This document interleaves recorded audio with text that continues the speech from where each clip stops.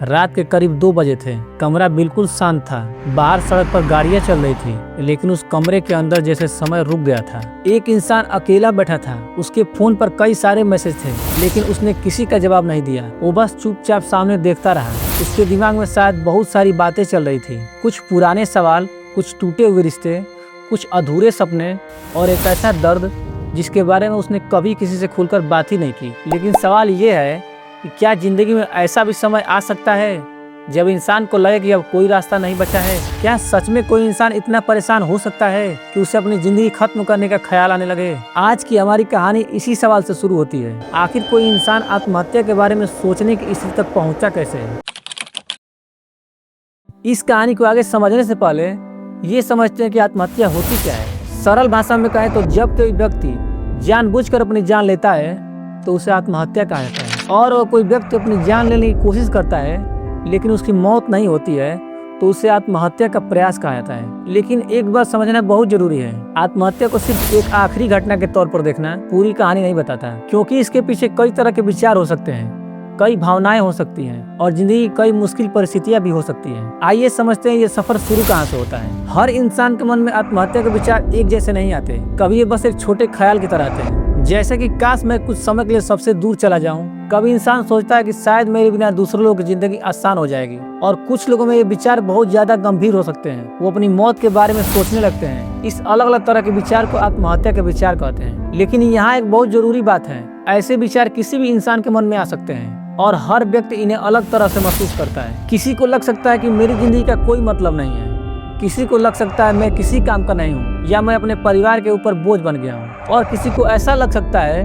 कि जो मैं दर्द महसूस कर रहा हूँ वो कभी खत्म ही नहीं होगा। कुछ लोग मरना नहीं चाहते, लेकिन उन्हें ये लगता है कि वो जिस तरह की जिंदगी जी रहे हैं उसे सहना मुश्किल हो गया है। इसलिए आत्महत्या के विचारों को सिर्फ मरने की इच्छा समझना बिल्कुल सही नहीं होगा। इसके पीछे बहुत सारी परेशानी हो सकती है। अब सवाल ये उठता है कि ये समस्या कितनी बड़ी है। WHO के 2021 के आंकड़ों के मुताबिक दुनिया में लगभग 7,27,000 लोगों की मौत आत्महत्या की वजह से हुई, यानी औसतन हर दिन करीब 2,000 लोगों की जान गई। अगर हम इसे सिर्फ एक संख्या मानकर आगे बढ़ जाएं, तो शायद हम इसकी गंभीरता को समझ ही नहीं पाएंगे, क्योंकि हर संख्या के पीछे एक इंसान होता है, एक परिवार होता है और कई ऐसे लोग होते हैं जिनकी जिंदगी उस एक मौत से बदल जाती है। आत्महत्या किसी एक देश, एक उम्र या एक वर्ग की समस्या नहीं है। WHO के 2021 के आंकड़ों के अनुसार दुनिया में आत्महत्या से होने वाली मौतों में लगभग 73% मौतें कम और मध्यम आय वाले देशों में हुई। एक और महत्वपूर्ण बात, दुनिया में आत्महत्या से होने वाली मौतों में लगभग आधे से ज्यादा यानी लगभग 56% लोग ऐसे थे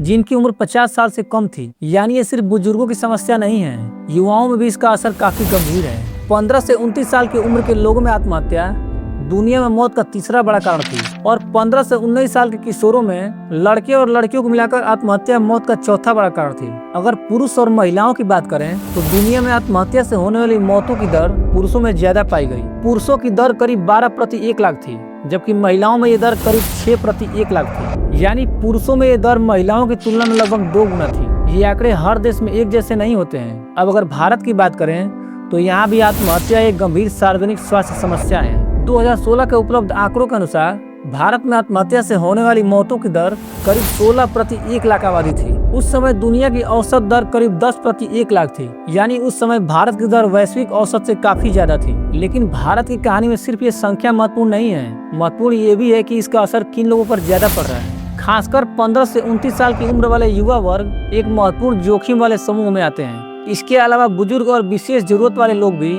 ऐसी मुश्किल परिस्थितियों का सामना कर सकते हैं जिनमें आत्महत्या का जोखिम बढ़ सकता है। अब यहाँ एक सबसे जरूरी सवाल है, अगर समस्या इतनी गंभीर है तो इसे कैसे रोका जा सकता है? WHO ने इसके लिए लाइव लाइक अप्रोच के तहत 4 महत्वपूर्ण तरीकों पर जोर दिया है। पहला तरीका है आत्महत्या के साधनों तक पहुँच को कम करना। सरल भाषा में कहें तो अगर किसी भी इंसान के मन में खुद को नुकसान पहुँचाने का विचार आए तो उसके पास ऐसे साधन आसानी से मौजूद न हो जिनसे वो खुद को नुकसान पहुंचा सके, क्योंकि कभी कभी बस थोड़ा समय मिल जाना, थोड़ी दूरी बन जाना और किसी से बात करने का मौका मिल जाना एक जिंदगी को बचाने में मदद कर सकता है। दूसरा तरीका है मीडिया में आत्महत्या की खबर को जिम्मेदारी से दिखाना, क्योंकि किसी घटना को सनसनीखेज तरीके से दिखाना नुकसान पहुंचा सकता है। इसलिए ऐसी खबरों को सोच समझकर और जिम्मेदारी के साथ दिखाना जरूरी है। तीसरा तरीका है बच्चों और युवाओं को भावनाओं से निपटना सिखाना, मतलब सिर्फ पढ़ाई और करियर ही नहीं बल्कि उन्हें ये भी सिखाना कि तनाव से कैसे संभलें, असफलता से कैसे बाहर निकलें, अपनी भावनाओं के बारे में कैसे बात करें और मुश्किल समय में मदद कैसे मांगें। और चौथा तरीका है, जो व्यक्ति खतरे में है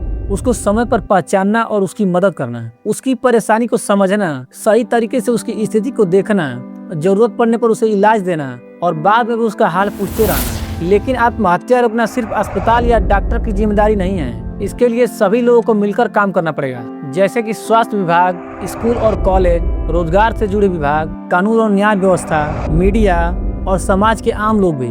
और सबसे जरूरी, कभी कभी किसी परेशान इंसान को सिर्फ एक ऐसे व्यक्ति की जरूरत होती है जिसके सामने वो बिना डर के अपनी बात कर सके।